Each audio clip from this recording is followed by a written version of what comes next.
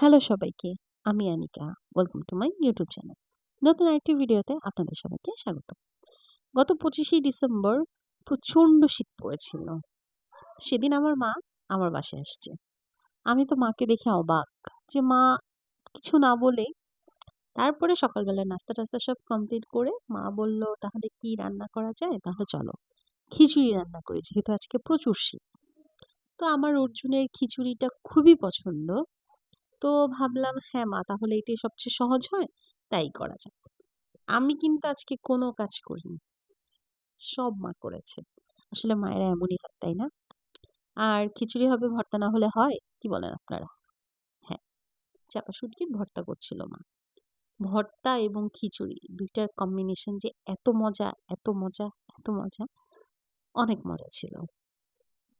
তারপরে বাকি সব কাজ-টাজ মা কমপ্লিট করল। আমি জাস্ট দাঁড়িয়ে, দাঁড়িয়ে ভিডিও করলাম।